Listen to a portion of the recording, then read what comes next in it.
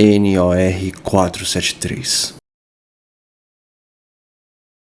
Rei Kururu apresenta Perna Vermelha, escrito e interpretado por Runo.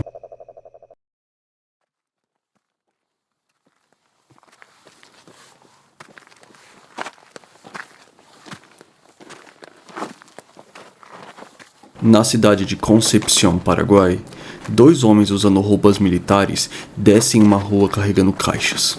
Um deles é um homem negro de por volta de 60 anos, com uma cicatriz no rosto bem recente.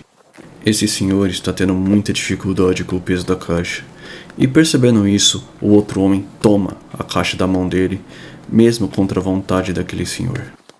O primeiro homem se apresenta como Carlos, e tenta puxar assunto com o segundo homem, que se apresenta como Xande. Eles conversam sobre o que vão fazer agora que tem a tão sonhada liberdade.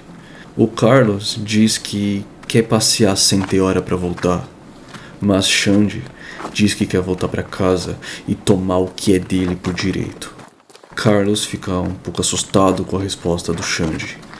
E, para mudar de assunto, pergunta o porquê que alguns outros militares chamam ele de Perna Vermelha.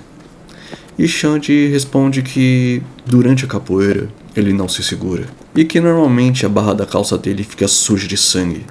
E é por isso que ele tem o apelido de Perna Vermelha. Carlos ficou horrorizado com a resposta, pois Xande tem menos de 20 anos, mas ele é muito alto e muito forte.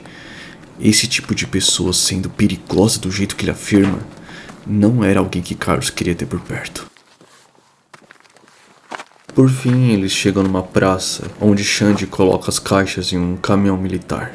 Enquanto assiste Xande finalizar o serviço, Carlos percebe o Conde D entrando no posto militar e já cutuca Xande para eles serem os primeiros a chegar, pois logo ia criar uma fila gigantesca para falar com este homem. Xande deixa Carlos ir na frente. E enquanto espera na porta, ele percebe que a teoria de Carlos era certeira, e uma fila gigante começa a se formar atrás dele.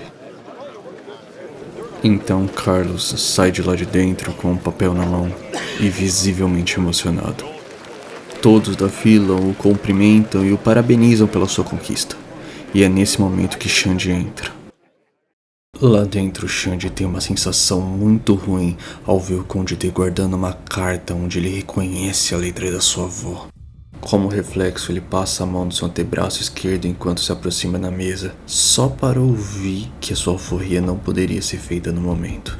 Xande argumenta que prometeram para ele, mas Conde D diz que o caso dele é mais complicado, pois não existe uma nomenclatura específica para o que ele é. Xande continua dizendo que quase morreu na guerra por causa disso, mas ele levanta a voz, o que o Conde D não gosta nem um pouco. Xande tenta continuar argumentando, mas o Conde D expulsa ele da sala aos berros e diz que nunca vai assinar a carta de alforria dele. E mesmo Xande querendo matá-lo, ele sabe que o mais inteligente irá obedecer.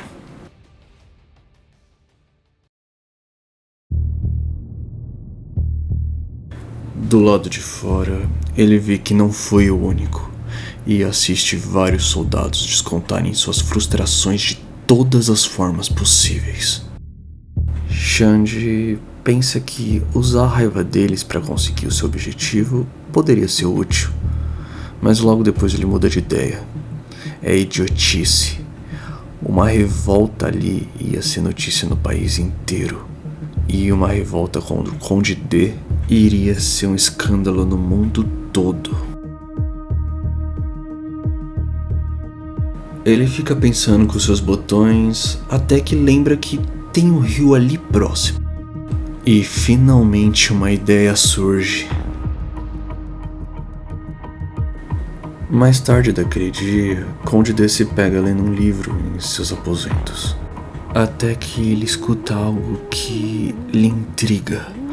Uma voz tão bela que faz ele sair para fora, onde ele, ao longe, ele encontra uma mulher de traços indígenas, completamente nua, cantando no meio da madrugada.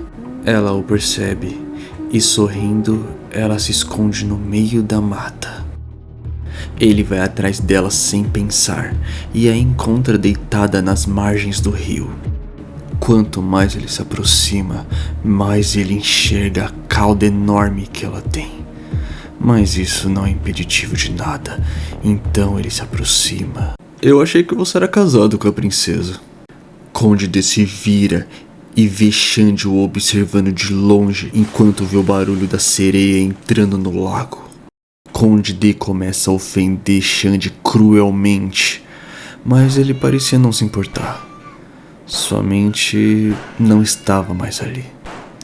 Mas isso pouco importava para Conde, que continuava a ofendê-lo de forma extremamente nojenta. Mas em um piscar de olhos, Xande já estava na sua frente. Ele apoia suas duas mãos no chão e, fazendo um movimento trançado com seu corpo, ele dá um chute em cheio, arremessando Conde para longe. Caído no chão e todo sujo de terra, ele sente como se tivesse levado um coice de cavalo. Conde pensa em clamar por alguém, mas ele tá longe demais para que alguém escute seus gritos de socorro.